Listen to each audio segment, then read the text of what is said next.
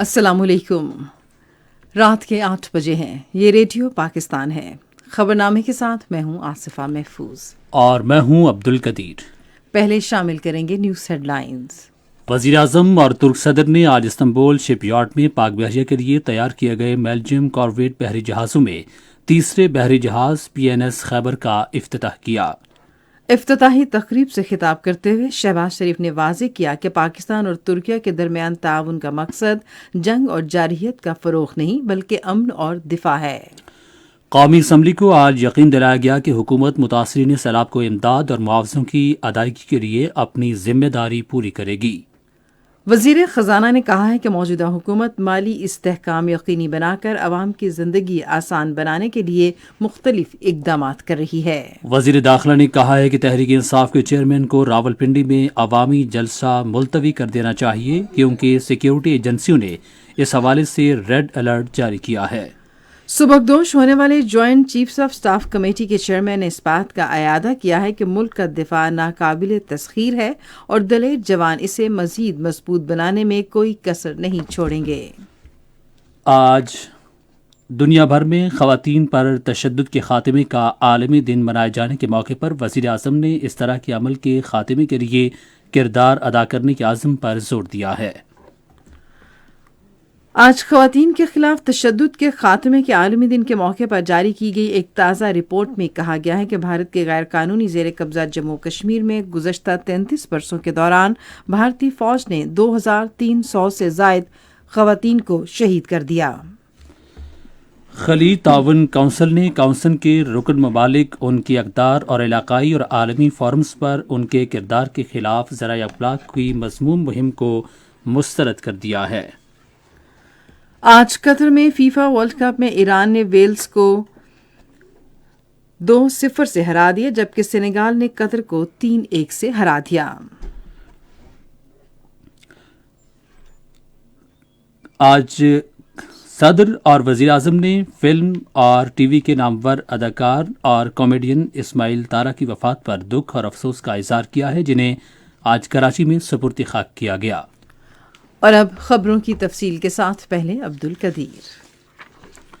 وزیر اعظم محمد شہباز شریف اور ترکیہ کے صدر رجب طیب اردوان نے آج استنبول شپ یارڈ میں پاک بحریہ کے لیے تیار کیے گئے 4 میلجیم کارویٹ بحری جہازوں میں سے تیسرے بحری جہاز PNS خیبر کا افتتاح کیا۔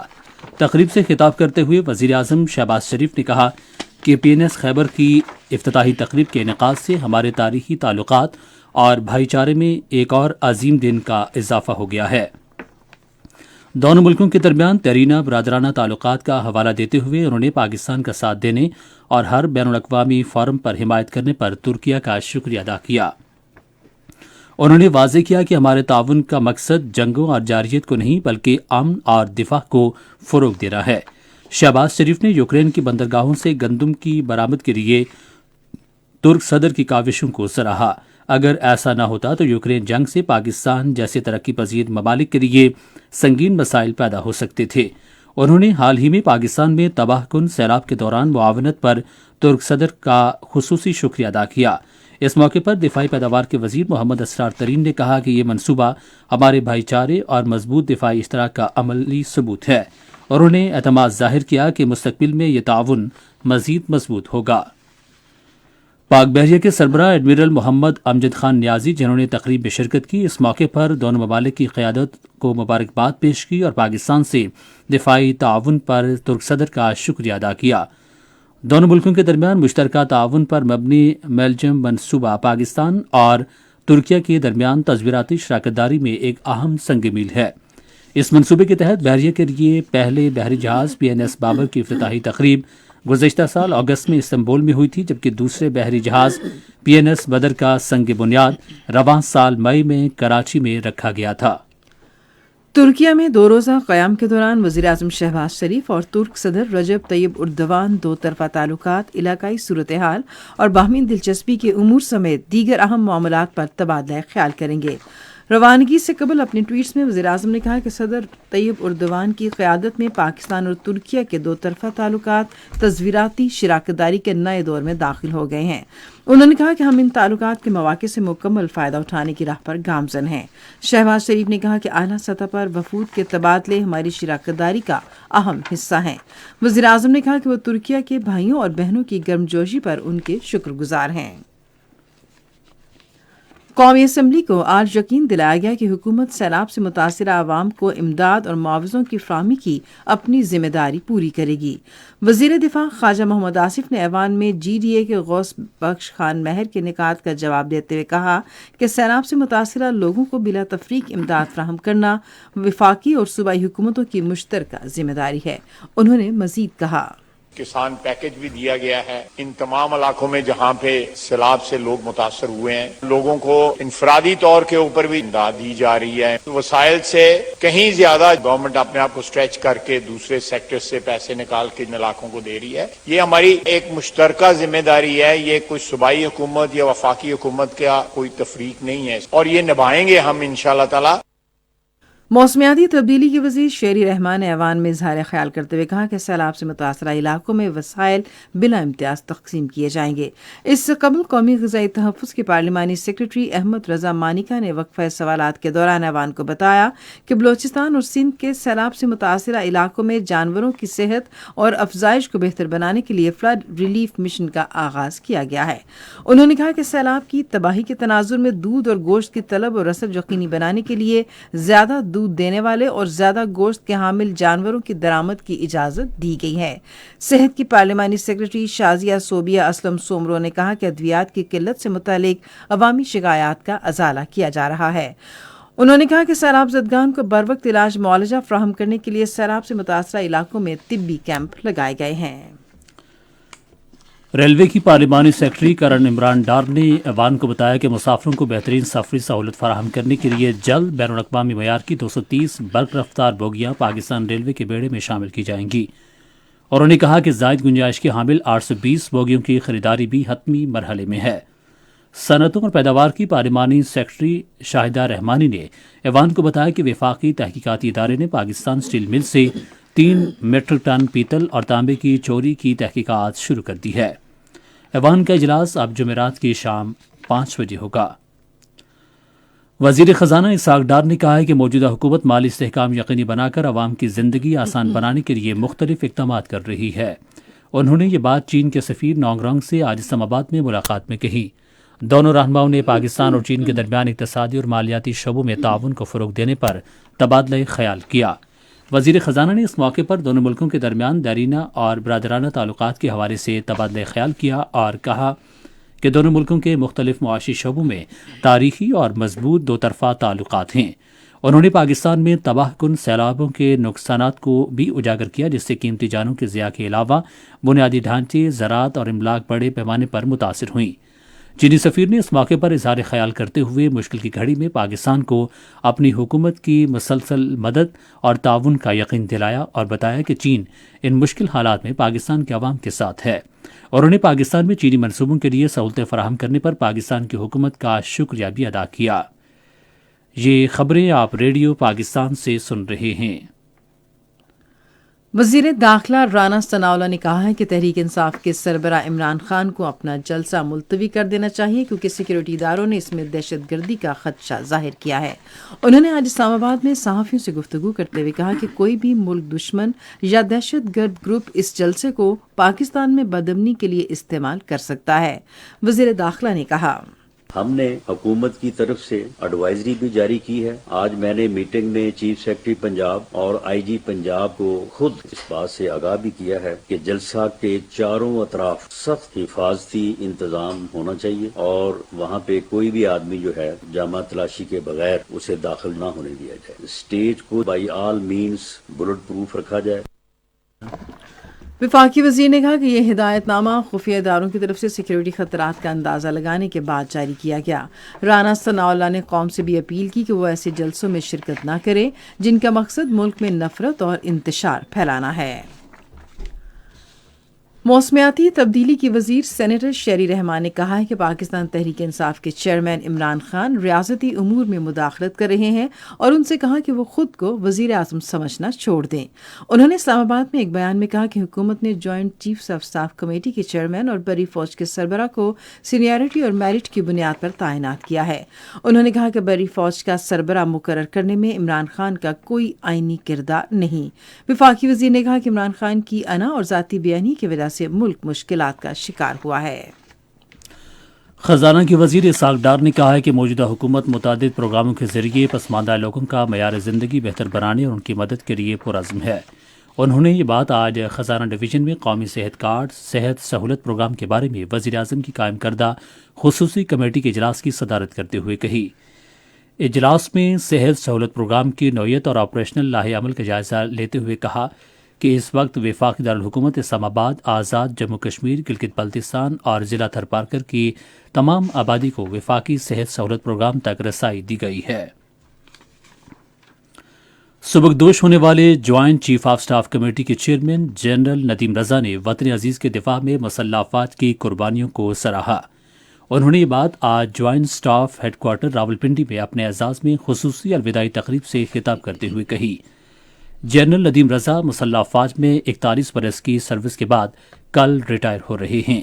سبکدوش ہونے والے chairman joint chief of staff committee نے اس بات کا اعادہ کیا کہ ملک کا دفاع ناقابل تسخیر ہے اور بہادر جوان اسے مزید مضبوط بنانے میں کوئی کسر نہیں چھوڑیں گے.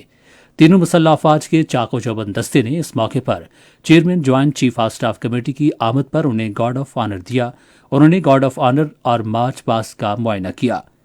تقریب میں joint chief of staff committee کے سابق چیئرمین اور تینوں مسلح افواج کے اعلیٰ افسران نے شرکت کی. وزیر اعظم محمد شہباز شریف نے کہا ہے کہ خواتین پر کسی بھی طرح کا تشدد انسانی حقوق اور وقار کی خلاف ورزی ہے.